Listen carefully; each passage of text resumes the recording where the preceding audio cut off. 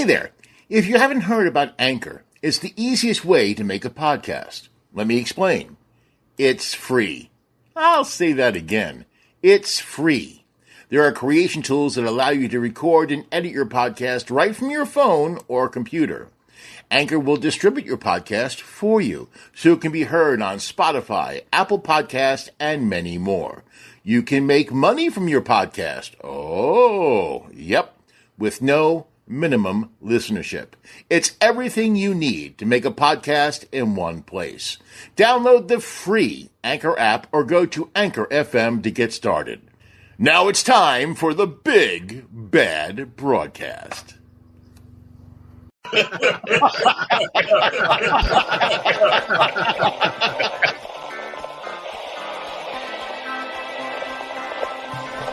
Ladies and gentlemen, it's time now to welcome you to Bitchin' Baby Boomers. Good afternoon on a Friday, Bitchin' Baby Boomers. What better to start off the show with a softcore Amish porno? Grandma got come over by a Coke can. What was that lady? There's only 4,000 videos online of people dropping Mentos and watching them explode, and she's going to try it herself. Right outside of her window was her buggy. That's a diabetic version of a face shot. It was terrible. I want to try that with Diet Coke. Maybe it doesn't work with Diet Coke. I know. It's maybe the 4,000 videos aren't telling the truth. But hey, we got a great, I hope your Friday has been good so far, because we're going to make it better, because we have a great show for you today. And of course, we have the Dean of the Clown College. We have Mike Grief. How you doing? Yeah.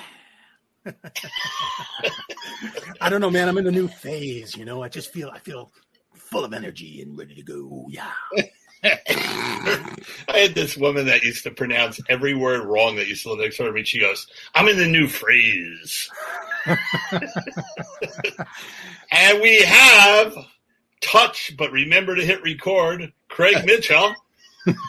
I'm a little confused because I just took this COVID test and it says I'm pregnant.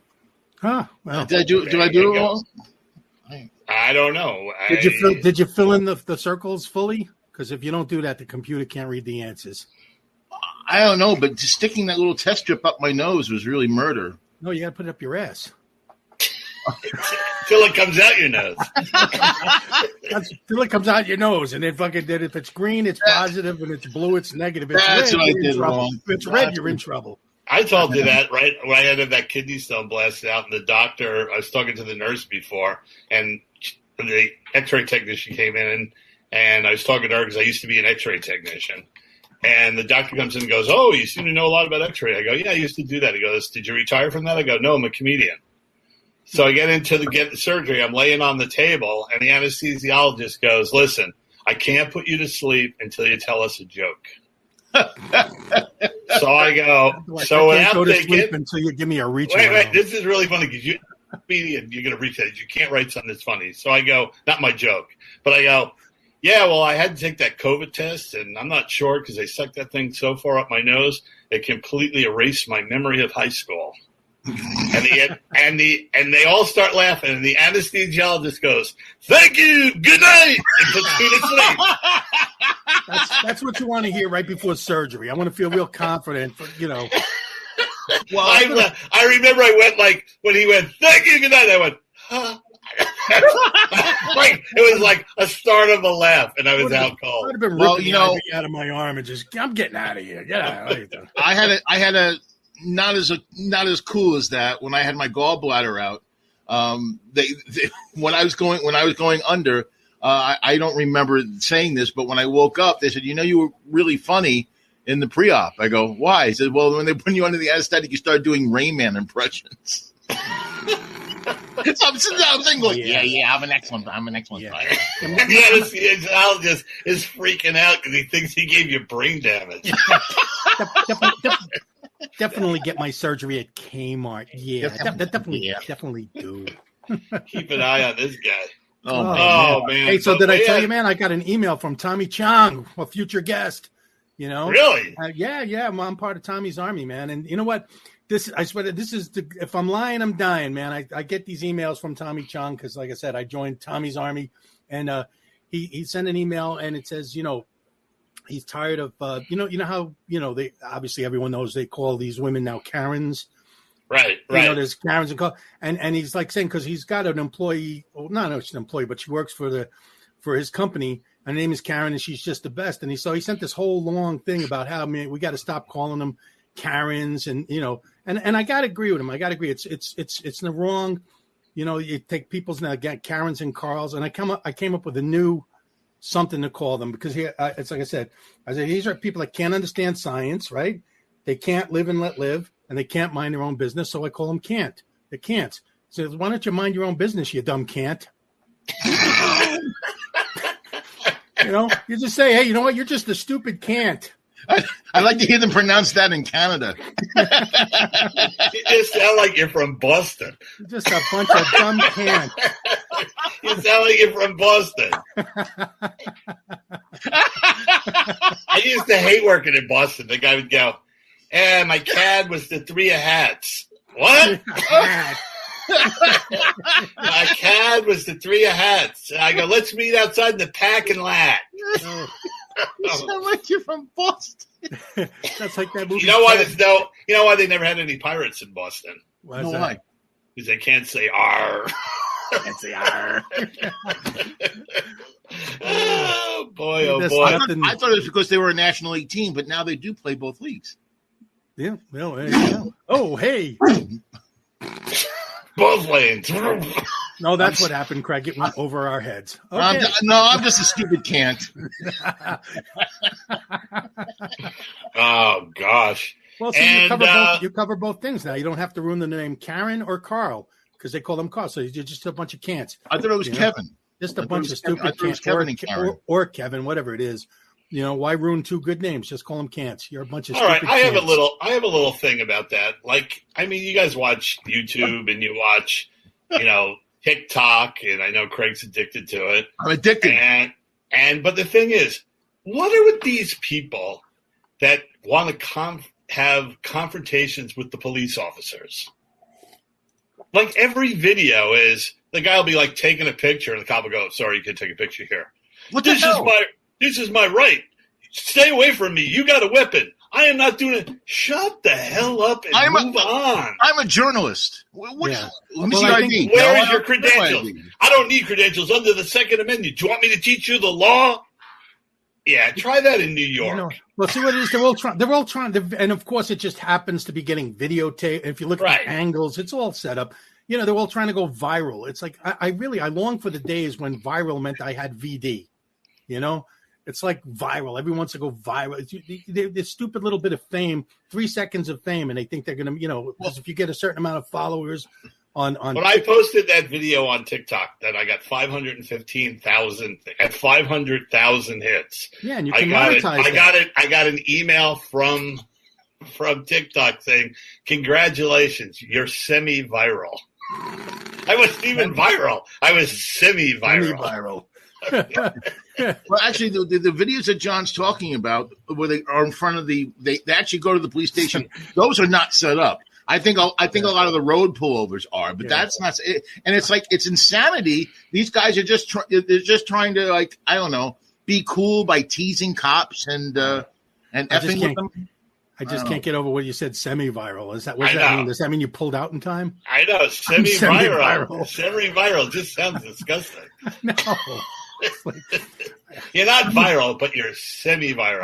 I only got the sound of your condom falls off halfway. Yeah. The sound of one hand clapping. I got the clap, but only one hand. Oh, now we're getting deep. I had the sound of one hand clapping, one tooth chewing. One cheek somewhere slapping. Between white and black is the whole spectrum of color. All right, that's stuff we talked about in the 60s. No race. No. Oh man. Well, I started going back to the. Well, go ahead, John. I'm sorry. I didn't mean to interrupt you. No, I'm just. I haven't even got to my rant yet. So wait. First of all, I don't know if you guys noticed, but we're missing a member of our clan here. Yeah, Joe. I know exactly where he is. He's still. Yeah, he's probably with Eunice. No, I heard he's looking for Lane's merge. That's what he's saying. That's what he's saying. He's with Eunice. If she's a real person, that's where he is. Yeah, he's on assignment with Eunice, and he doesn't show up for 2 weeks and sends videos that we can't question. Did he send a video? Yeah, he sent the video. Yeah, he's somewhere upstate at a cider festival. Yeah, because Lane's was supposed to be there, so he wanted to go there to see whether he'd show up and whether he's not really missing. That's right. Now, is this whole news about Lane's merge missing? Is that gone semi-viral yet? I think semi-viral. I don't know. Apparently, he did not show up at the cider festival, and that's kind of odd because you know how much he loves cider. He's like a cider man. Cider man. Cider man. Does whatever. Drink it down as fast as you can. Wait, can you put Mentos in cider and? But no, you guys want to? I have the video. Let's see the video. Yeah. This is it's getting kind of real. It's getting kind of scary. Here, watch. From the BBBRadio.com headquarters, this is Arthur Seal with a breaking news update. You give a moment, we'll give you nonsense.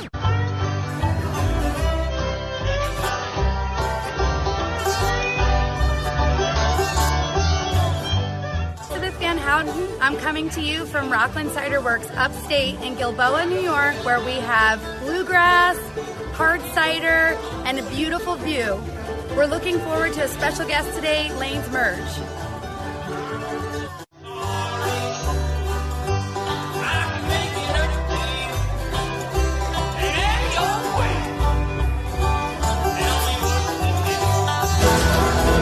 I came to see Lane's Merge. What a time at Rockland Cider House.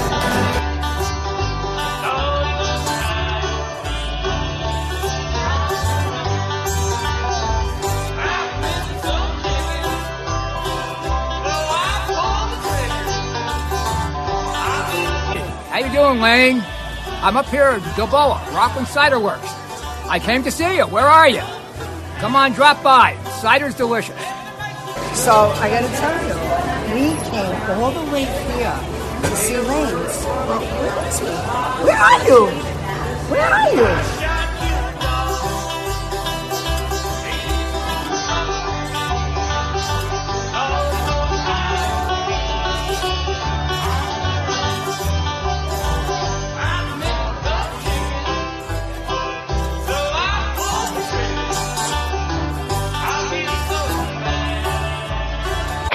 I can't believe Joe Biden was there. Yeah. Well, Joe loves a good cider, man. Come on, Yeah, that last woman was slurring, so apparently that cider is that's good. It's the way you like your cider, hard. If it ain't hard, it ain't worth a cider. I like my cider semi. Well, semi-viral. It's not just Gilboa. Where's Gilboa anyway? It's upstate New York. Yeah. Okay. Well, guess what? I was going through my satellite channels and I found a report from Alabama about Lane's. Wow. Yeah. Here. Watch. Well, heck yeah, we seen Lane's Merge, didn't we? Uh-huh. He was hitchhiking up there on Highway 11 headed toward Birmingham. And he was a lot shorter than I thought he'd be. Yeah, I thought so too. And then later on, we stopped at a truck stop to get some gas, and we seen Lane's Merge getting in a truck with a truck driver that looked like Elvis. Just like him. Only older. Yeah, and that was the last time we seen Lane's Merge. Uh-huh. We never saw him again. Wow. Because I think he heard banjo music. Yeah. those guys would have fit right in at the cider festival. He heard banjo music and figured he'd get going. Well, you're saying I wonder where he is. I don't. It's. I hope he's okay. I hope he's. He may have been at the cider festival disguised as a worm. No, you know what I think. My own personal thoughts is that he's been getting so much national attention lately. Is that he just kind of like decided to. I mean, it could be a publicity stunt, or it could just be the pressure's too much. Well, I mean, I heard that he's hanging out with. I mean, I've seen other reports. he's hanging out with Prince, Michael Jackson, and Elvis. There's something weird going on here. Mm. Yeah. Well, you know, those They're two all those dead. those That's two really guys. weird. They're all dead. Didn't I see those two guys last week? They saw a UFO and Elvis was getting out of it. Yeah, they see a lot of things in Alabama. Yeah, because I think they've had a little too much cider. Moonshine. I had too much moonshine, and they mistook it for swamp gas. So what's Aren't your those rant, the guys John? that also those guys? Although the guys that always see Bigfoot too. Well, There's a new guy that saw a female Bigfoot breastfeeding her little Bigfoot baby. honestly, when I drink too much, I see Bigfoot. I see Bigfoot, and actually, I think I've slept with his old lady. It's why I quit drinking. You wake up with Mrs. Bigfoot, you will give up alcohol.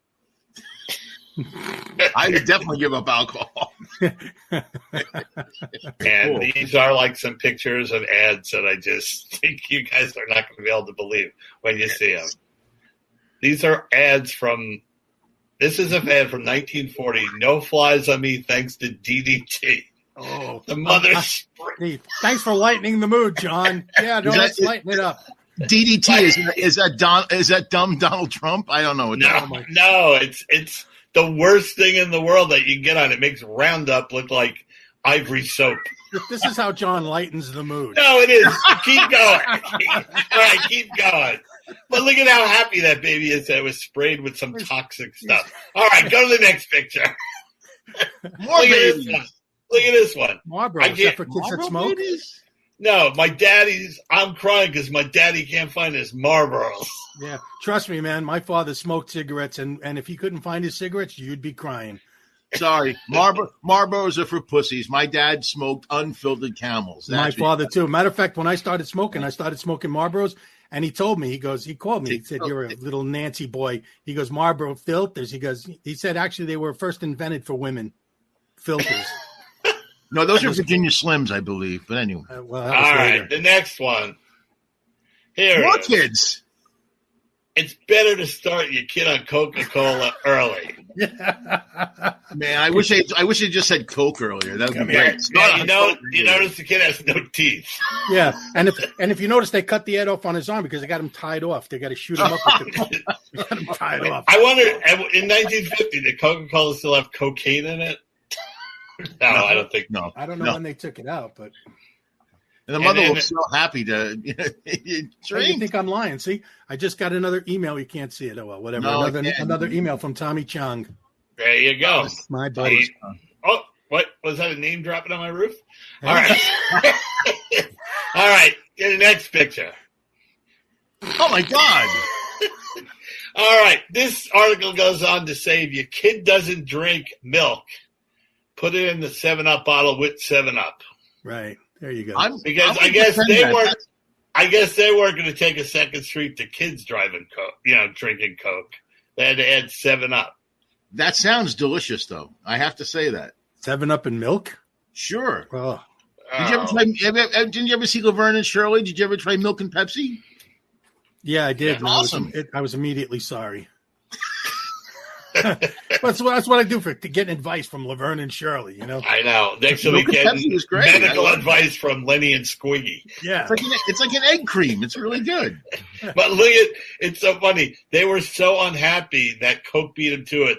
They made their bottle in color. Yeah. So really what did they have? great. Did they have heroin in their soda? Because you had cocaine and Coca-Cola. So 7-Up. I don't know, but boy, that kid is guzzling. That kid right now is doing the same thing. Only he's in a bar somewhere drinking a Schlitz. Schlitz. No, I was going to say, if you're brought up on 7-Up, you're drinking a Zima at this point. All right, the next one is really disturbing. I had that one. Mattel's M16. I had that. You had that? Yes, I brought it to school and everything. Don't even talk about bringing an M16 to school. I did, but back then it was a toy. Nobody gave it. Of course, the teacher took it away, but Look at the noise. Brat, brat, brat, brat, brat, brat. It had a bolt. You would go back and it would go. It was awesome. I used to play with that. Nah, my father knew better than to give me even a toy gun. he knew he'd wake up in the middle of the night with me standing over him, like, you know. Mike's father dealt with Mike like Dexter's dad did. Oh, he used to wake me up with a broomstick. You guys watch Dexter? No. I did. Oh, Dexter's dad knew that his son was a little off when they couldn't find little animals in the neighborhood. And he was a detective, so he taught him how to not get caught. Mike, you know that guy, Remar. I think I know. I know James Remar, yeah. Okay, now before you bring this other one up, this is for Chiquita Bananas. This is the most disturbing ad I've ever seen in my life. Go ahead. Oh, I'll make it bigger. Look at the kid's face. I'm not going there. I mean, there's nothing can be said about that. I'm not saying anything.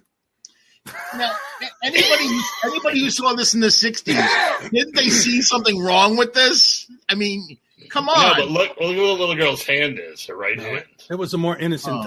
Oh Jesus, John! Of course, John. They're coming for you, John. They're exchanging jobs. Oh my God! Look at his face. That little evil. Yeah, he's digging it. He's digging it. Yeah. Oh. All right, and then the last one is even more disturbing. Make that one bigger. I can't. I'm sorry. Lovely baby soft, because innocence is sexier than you think. Oh God. Okay. Like, how old is that kid? I don't know, but but that's what happened to John Benet Ramsey. I mean, that she was doing the same thing, right? And it's just horrible. I'll start with the fact that she's holding a teddy bear. Yeah. You know what I mean? So she's Hi, I'm Jared from Subway, and I use. I know, it's just. And I have, every week from now on, I'm going to show you 3 or 4 really disturbing ads. No, please don't. What's really funny here? Here's what's funny. You got her picture in the middle, and it looks like Batman is really disapproving of the whole thing. If you look, he's looking down from Mike's point of view. And look at Lucy's face. She's like, shut up. Oh, she's very upset. Yeah. Yeah. And so is the Fresh Prince. Anyway, I'm not going to talk about Gomez because he looks kind of into it. Anyway. All right, so now to lighten things up, Craig, what is your beef of the week?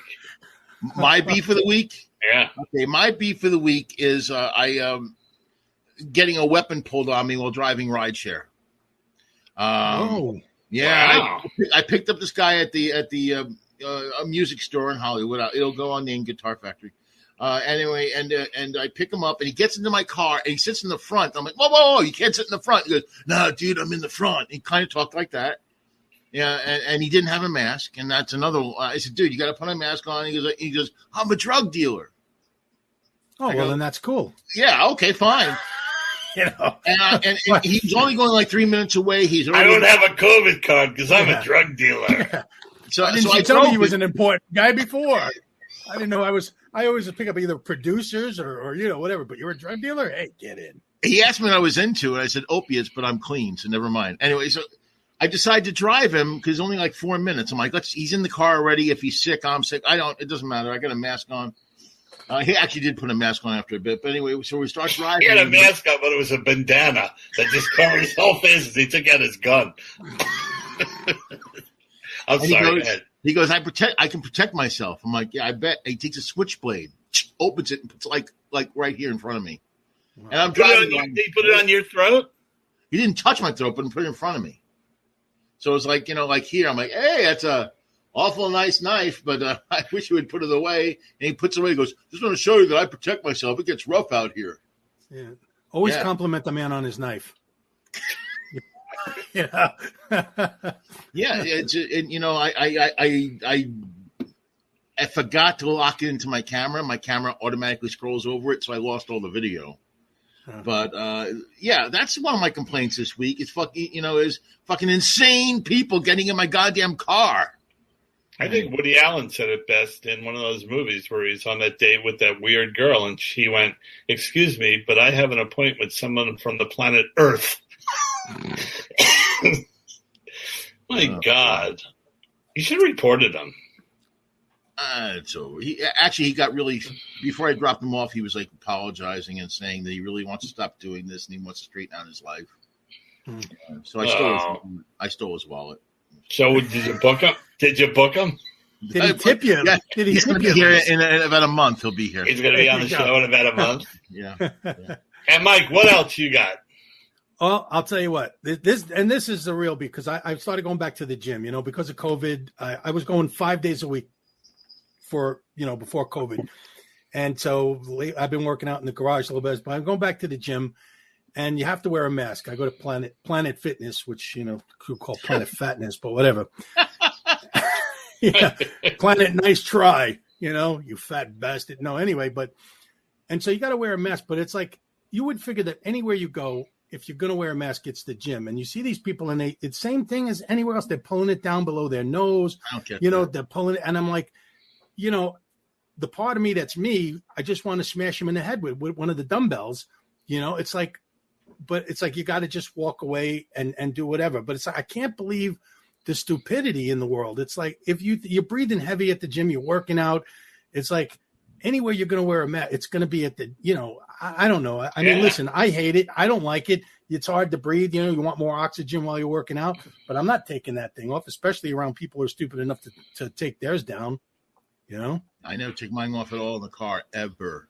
There's a guy that used to work out at my gym, and he was like a bodybuilder. And I swear to God, this is true.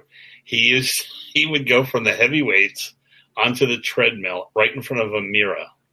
And the entire time he was on the treadmill, he would be flexing his biceps. I swear to God, this is true. He'd be going like this and looking in the mirror and crying.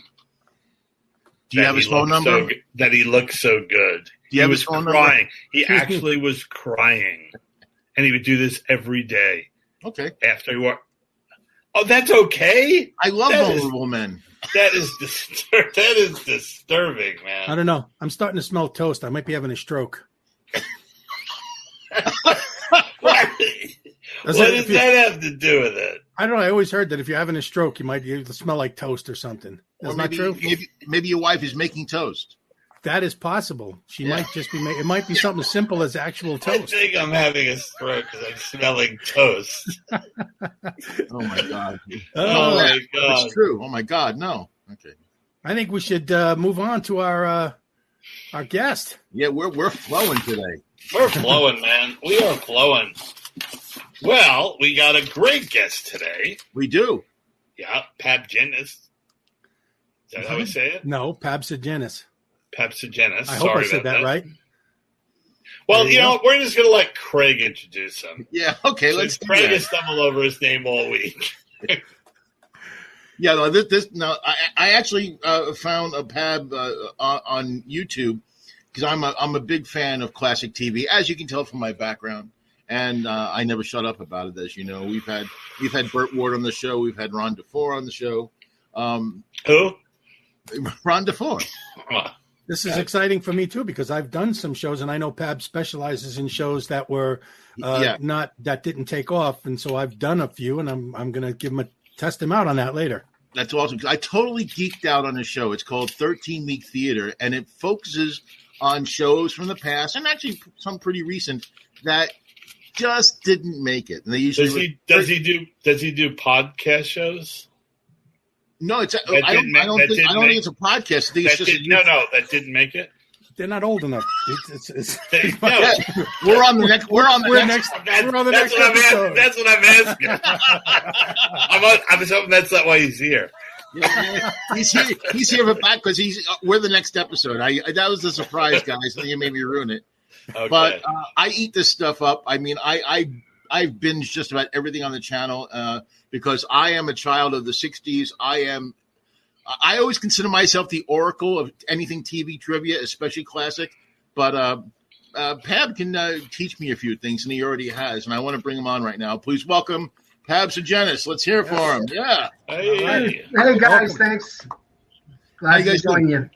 Good. Great. Welcome. Nice welcome, to have you, Pab. So I have to ask you, when did your episode? First of all, I love 13 Week Theater. It's amazing. And like I said, it's certainly for me, it's right in my wheelhouse. And I'm now starting to watch them a second time because I've gone through all of them. So how can you stand it? I love it. I love this stuff, man. I can barely stand doing it some weeks. The shows are so bad. I like this guy. Good. I talked for a half an hour with my producer for my cooking show over you did one on Galactica in 1980. I didn't remember the Bionic Children. All over the Super Scouts, they actually called them the Super Scouts. It was just so bizarre. I actually watched that episode like this. I swear. Wait, but, was that the kids? That's how I watched Galactica 80 when it was on the first time. Like what? I just saw poor. I just saw what's Kent McCord going. I was on a good show a couple of years ago. So I was going to ask you. I mean, I assume that you're kind of obsessed with TV. When did that start? How did your obsession or your interest in classic TV start? Well, I grew up around my grandparents a lot, and they loved television.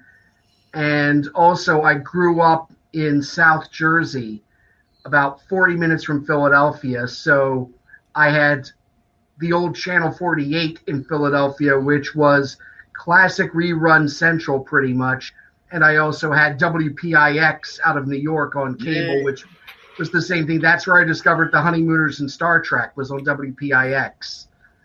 And so I grew up watching television. And even as a kid, I was starting to go, well, why didn't Best of the West come back after the summer break? Or why didn't this show come back? Or why didn't that show? And I just started becoming fascinated with shows that came on and either were so bad that they got rid of them, or ones that were just too good to last because they were never going to find their proper audience. So I've always been fascinated with short-lived TV. I share that interest. You mentioned Best of the West. I loved that show. It had Joel Higgins, and it had Leonard Fry on it. Oh yeah, it was a wonderful show, and it just got mismanaged. It was really terrific. Yeah, and that's one that if I can find enough footage, I'm going to do eventually. But the story behind that one was they kept delaying the decision whether or not to renew, and by the time they had made the commitment, Joel Higgins had already signed on for this pilot for Silver Spoons. Right. And it was too late then to renew the show, which I've had a lot of cases I've come across where the network just dragged their feet until it was too late. What year are we talking about for that show? Because, I mean, the Western market was probably saturated. I don't know, but if only we had a device where we could find. I mean, we had Bonanza, the Wagon Best of the West was probably 1980, 1981. Okay. Best of the West TV show was September 81 through August 82. There you go. So right in that area. The Silver Spoons came on soon after that, and man, you know, Joel Higgins was going, "Oh man, I should have stayed with Best of the West." No, I think he's probably thinking he dodged a bullet because he probably got more from Silver Spoons. Oh, you think so? More money. I think so. I know it ran for like 4 or 5 years, but it was. And it's still in reruns on cable. So. I'm thinking as a comedian all the time because Best of the West was just so damn funny. See, I'm always thinking about when you think about old shows. I always think about the ones that were such insane premises. Like we always talk about, like My Mother the Car. Things like that. It's like if you went today and you tried to pitch something like that, they'd go, "Hey, it's nice to meet you. Make sure he leaves the building." You know what I mean? Well, how about this? Go ahead, Bob. I actually have an experience like that. I wrote a TV pilot back in the thousands called Local Hero, and it was pretty much the story of a retired superhero having to adapt to everyday household husband life. And, the coverage I got on that was just, don't bother. Please, no. Yeah. And it was just too high concept. It sounds like the one I wrote. I wrote the one where I'm an insane criminal chained up in a rubber room, and basically the show takes place inside my head, where I'm the host of my own children's TV variety show. Oh my God, It was on a true story. Huh? That sounds good. That sounds like Herman's Head a little bit too. It's like my comic book I told you that I put out in high school, The Adventures of Half Man, hampered by a few physical handicaps, blind, crippled, and crazy. But other than that, yeah. You know, some shows, like, admittedly, My Mother the Car is probably the pinnacle of the most outrageous, Mr. Ed. Mr. Ed was Mr. Ed outrageous. ran for 5 years, though. And so did another one, Hogan's Heroes. Who pitches Hogan's Heroes? All right, it's World War II. Gilligan's Island. Who pitches Gilligan's Island? You know, oh, come on. What's a millionaire doing on the minnow? Money laundering, obviously. He's a drug dealer. Thurston Howell III, drug dealer. But see, those shows didn't even have to be anywhere because the theme song was half the show. It told you everything you needed to know. Right? The theme show told the whole story. They don't have those themes anymore. None of those shows have those theme stories anymore. They all had those. I think the last one that had something resembling that was The Nanny. I think that was the last one where they told you the premise up front. Our Union president, Fran Drescher. Yeah, that's correct. She said. Yeah. So Pab, is there a show that actually started you off doing 13-week theater? Is there one in particular that really just gave you the boost you needed to go further? I started having the idea way back in college in 1990-91 because that year in college, our cable system picked up what then was called CTV. Now it's Comedy Central. It was a merger between Ha and the Comedy Network. And I had no classes between noon and 2 on weekdays. And from 1 until 2, they had, most of the time, failed sitcoms that they just picked up for cheap. Oh. So I would tune in at 1 o'clock, and there's Captain Nice and Tabitha back to back. Oh, my God. And so that's where I really started thinking, someone ought to do a wraparound of these shows and comment on them. And then years later, I discover YouTube, and I'm thinking, why don't I just start doing little mini documentaries on failed TV shows? And I took the title that I'd thrown around in college of 13-week theater. The first episode I did just as a test, I did one on Out of the Blue, which was a spin-off from Happy Days, but unfortunately, because ABC loves to fool around with schedules, it actually debuted before the episode of Happy Days that set the whole thing up. Brilliant. With Jimmy Brogan as an angel coming to Earth to make Dixie Carter's life better. And it was your typical Gary Marshall schlock, and it was finally the point after Mork and Mindy and Blansky's Beauties, oh my God, where the audience has just said, okay, Gary, just go home. Please, stop. So it flopped. I did one episode as a test. I showed it to some friends. They loved it, so I uploaded it. And then I figured, okay, what is the quintessential, other than maybe Cop Rock or My Mother the Car, which I'm saving for special occasions. I can't wait for Cop Rock. What is the quintessential failed sitcom? So I did my second episode, Life with Lucy.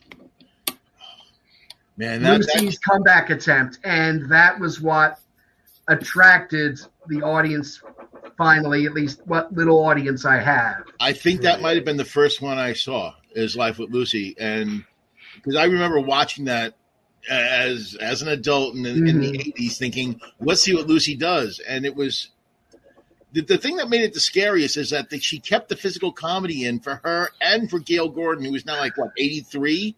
And they had him sitting down on one of these mobile library ladders, and I thought he was going to be killed in any second. You're pretty much wondering, is this the episode when she's going to break her hip? Yes. Right. So is the criteria, if the spinoff isn't as popular as the show, so that you can, I mean, I don't know, like Archie Bunker's Place, how long did that run? Would you consider that a failed? The criteria that I decided upon was 1 season or less. If it ran a full season, okay, but it wasn't renewed. Right. Good. Okay. It's fair game. Canceled in the middle of the season, it's fair game. I have made one exception. In a Patreon-only episode, I did Hello, Larry, because that one had an interesting story behind why it wasn't canceled in the middle of its first season. It was network politics that Fred Silverman needed to keep McLean Stevenson's contract around for a reason, so he kept retooling and revamping and changing the show instead of canceling it. And then when he no longer needed it, it was gone within a week. My favorite part of that episode. Go ahead, John. Sorry. No, I was thinking about what you were saying about that show with Jimmy Brogan and Gary Marshall. Gary. You wonder why shows are made sometimes. And Gary Marshall loved comedy, and everyone in LA loved Jimmy Brogan, and they probably just tried to stick something together. Because it's hard to have an actor where all he asks you is where you're from. Mm-hmm. Now that's Jimmy Brogan's whole act, like how do you know what I mean? So they probably Jimmy Brogan is an improviser. He comes up with Right. stuff off the top of his head, and Right. it's genius. Right. But the problem is they didn't write for Jimmy Brogan. They wrote for generic comic actors. Right, that's what I'm saying. It's Right. like they try to fit these people into positions that don't work. Right, now, if they tailored it to his comic style like they did later for Jerry Seinfeld or with Mork and Mindy for Robin Williams, if they tailored it to him, it might have lasted. Right. But here was Jimmy Brogan saying things that Jimmy Brogan would never say. Right. Because he is funny. Oh, So yeah. I've got a couple of shows here that I've actually done episodes on, and I'm pretty sure they ran one season or less. So we started with being that we mentioned her, Fran Drescher. So it was Life with Fran, which I was originally supposed to be a series regular on that, but got replaced. But that's okay. So I don't know if you remember that, but here's I know one of the show called Normal Ohio. Oh, yes, John Goodman. Yeah, I did an episode of that, and that I was surprised because I thought it was a great show. John Goodman, Austin Bean. How do you get better than that? But for whatever reason, it didn't run. I think it scared people. I think honestly, I think Normal Ohio scared Middle America because John Goodman was playing a gay man who was not obvious, and that I think that kind of freaked them out a little bit. So the world, you think at that time the world wasn't ready for incognito homosexuals? Right. They were ready for Ellen, but not for guys. That's what I think. It's what you may be right. You may be absolutely right. And of course, I know Craig loves this one, the Mullets. I did an episode of the Mullets. I don't know that one.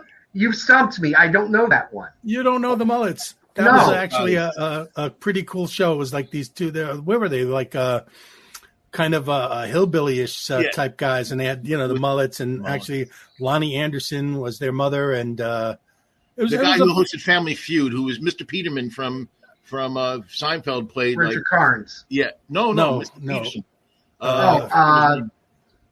Yeah, I forgot his name too, but he's one of the most prolific TV actors. That guy. Yeah, that guy. You know that guy, right? And so actually, I did the chicken dance with Lonnie Anderson on that show. So there's a little piece of history for you. You and Burt Reynolds. I wonder why it failed. Well, see, that's a perfect example. They wrote to your strengths. They wrote my strengths. All right. And how about now? This was a long time ago. I remember doing that. This was a fun show. It was called Townies. I do remember that, but I don't remember what it's about. I vaguely remember it. Me neither. I think I was drunk on the set all the time. But so you know what I was going to ask, Pab. I watch all these. Now, did you ever consider doing Joni Loves Chachi, or because that was like 2 seasons? I looked it up. 2 full seasons, really? Yep, because I was going to do a whole block of Gary Marshall failures. From Blansky's Beauties to Making It to Out of the Blue the New Odd to the New Odd Couple, and But no, Joni Loves Chachi lasted 2 seasons. I did not know that. Fresh in my memory for a second, who starred in the new Odd Couple? It was Ron Glass and Demond Wilson. Okay. With Ron Glass as Felix and Demond Wilson as Oscar. And for the most part, because it was a rush production and there was a writer's strike going on, they pretty much just recycled episodes of the 1970s sitcom with barely any rewrites, and it flopped very badly. And your show, and his episode, Pab did an episode of this, and he actually showed you back to back the original, and it's mind blowing that you know, and it wasn't like it was 30 years ago. It was like 8 years before, 6 years before, and it's just like it was like, you know, it was mind blowing. But I got to tell you, in defense of Ron Glass and Demond Wilson, way better than the one with Matthew Perry. Yeah. Oh, I got some breaking news here. I'm not having a stroke. My wife just texted me, and she did make toast. Mystery solved. Well, thank goodness. Yeah. Now does she have enough for everybody? That's what I want to know. So funny. Oh, yeah. So the question I held back, even in the pre-interview, I didn't want to ask this. What would you consider is the worst show, the one that really rang your bell, that didn't deserve even the time it got? Okay.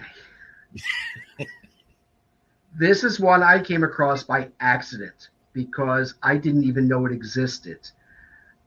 It was the last episode of my first season that I did, and I was going to do Pink Lady and Jeff. Oh, my gosh. Yeah. So I went out there looking for footage and looking for stuff from Donnie and Marie, because it was basically a ripoff of Donnie and Marie, just with 2 models who didn't speak English. But I came across an episode labeled The Jerry Lewis Show from the 1980s. And it was so bad, I had to go and research. I found all 5 episodes. Jerry Lewis doing a late night talk show in the 1980s with Charlie Callis as his Ed McMahon sidekick. Wow. This is the show that Metro Media tried to replace Thick of the Night with, and it lasted 1 week. It's so bad. Charlie Callis, he changed the introduction every episode, and they kept getting longer and longer and longer. They had to do a telethon to afford it. They did a Jerry Lewis telethon just to afford it. To the point where he's playing a little toy bugle and doing a Henry Kissinger impression. And to the build-up, and you hear Jerry Lewis scream from off screen, "Get on with it!" And then he introduces him. And the monologue is bad. The characters that he did were his typical, like, you had the Nutty Professor, you had the Mad Doctor, and it was so bad. And it ran 1 week, 5 episodes, Monday through Friday. And Friday's introduction on Channel 5 in New York, which I found in a recording, is Starsky and Hutch will not be seen tonight so that we may bring you the Jerry Lewis Show. And then Monday night they had Starsky and Hutch in the time slot. Yeah, the last guest on the Jerry Lewis Show was Lane's Merge. Well, you know, was another show like that was Chevy Chase took over the Pat Sajak Show. And the reason why I know this is because we were all on a TV show called Comic Strip Live, and he only agreed to do that show if they would bump our show that worked so that he could do the best of Chevy Chase on Saturday nights, which never happened because it was never a best of. Yeah. Oh, my God. That's like a 5-minute show. How long did it last? It lasted, what, 2 weeks? It lasted as long as it took Gerald Ford to fall down the flight of stairs on the I don't even know if it was 2 weeks. He was so uncomfortable and so terrible on the show.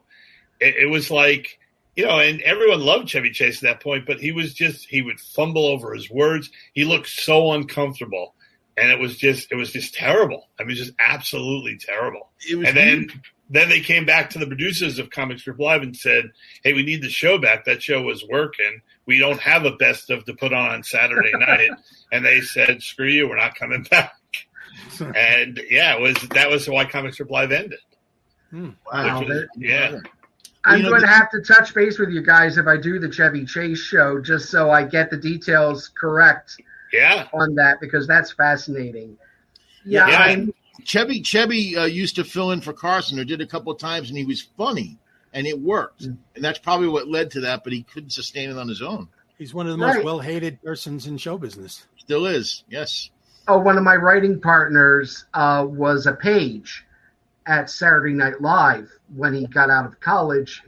And some of the stories that he told me about when Chevy would just show up, and one week when they booked him as a guest host and he showed up, and everyone had all their stories about how much they hated Chevy Chase. And really? I never knew that.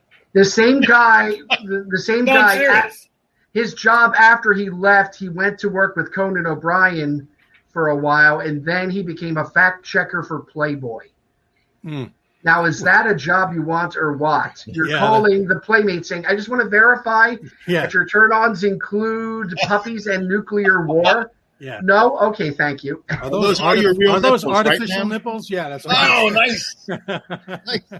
It's like he could have been the editor of the Braille edition. Talk about copping a feel. Oh, a fact checker for Playboy. Oh my God! Chevy Chase is on. It says here that you're really good in bed. You don't have to verify. Chevy Chase is on TikTok right now. He's not even funny on TikTok. Well, wait. What he does on TikTok, he looks at the camera and goes, "Tell me you're a Chevy Chase fan," without telling me you're a Chevy Chase fan. And every video I see is like, "Not a fan."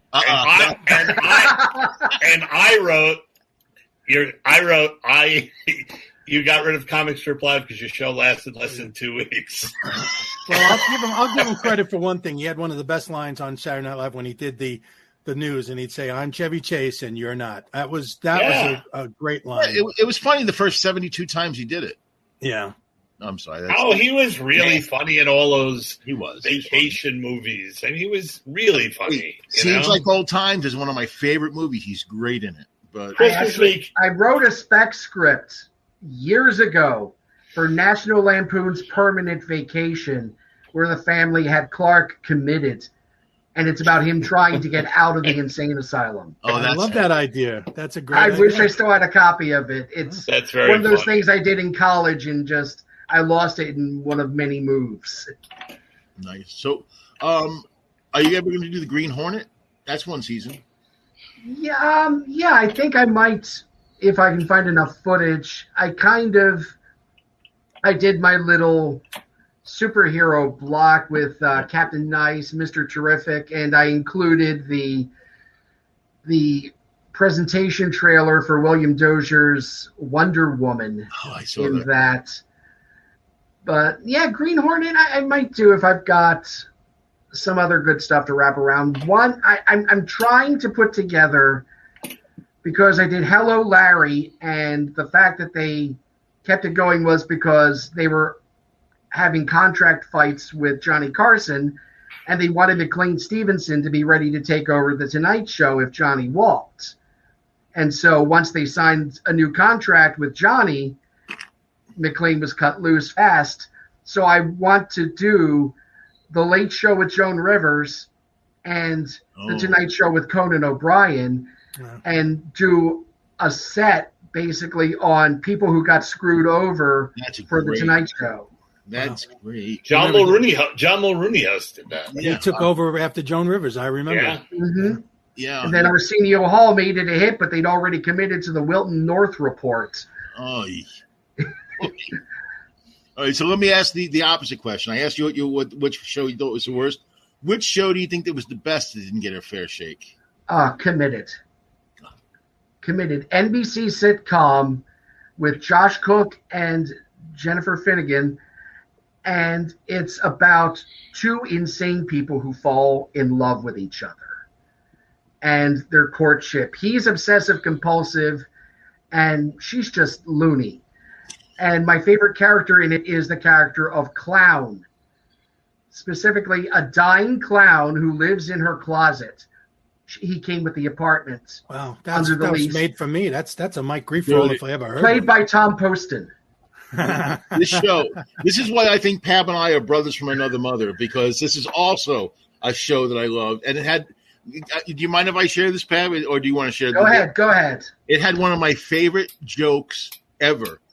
So Tom Poston, is a dying clown. He has a friend who's a clown who is played by Bob Newhart.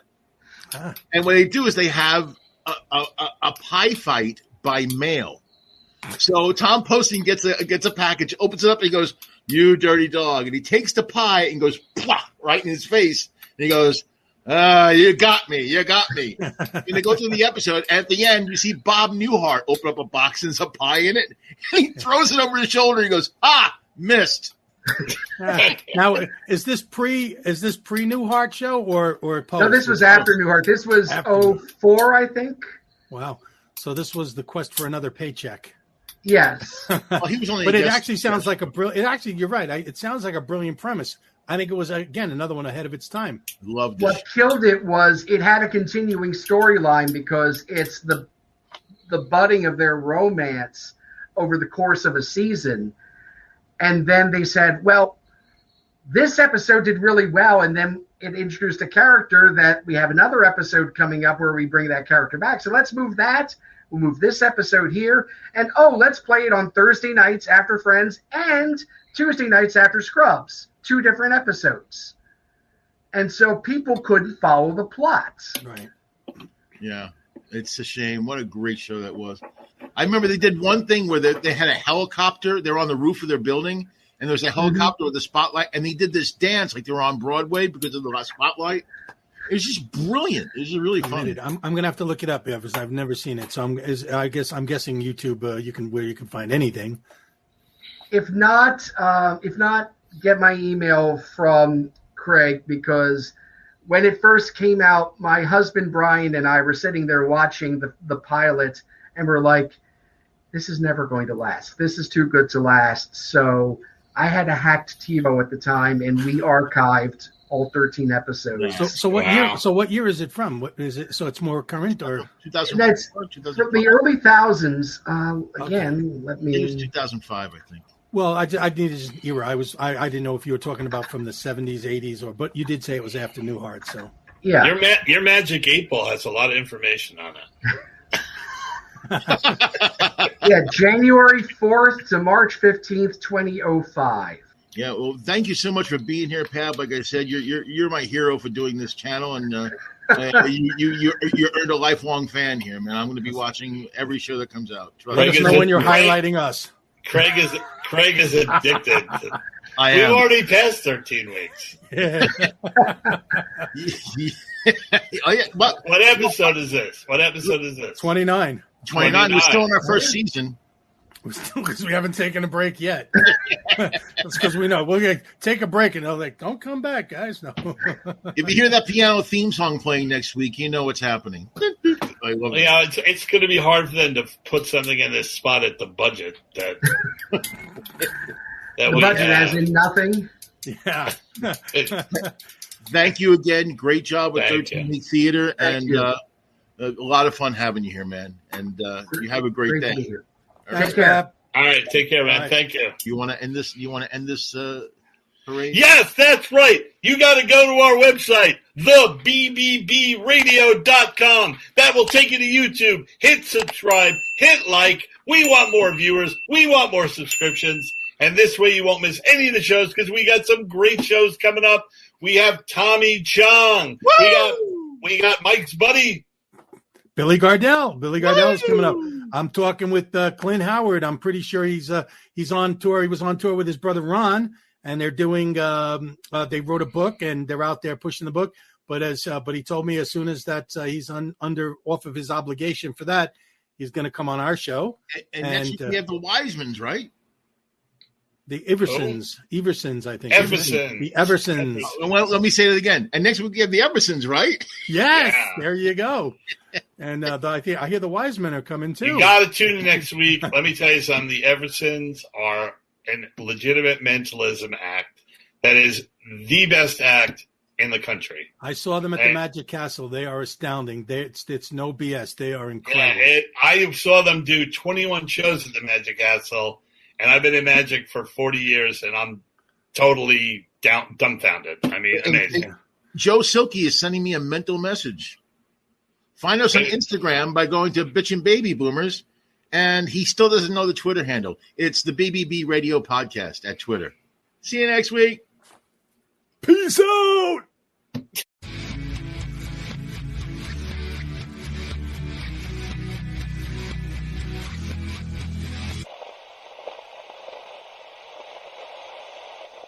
Tune in next week to more Bitchin' Baby Boomers.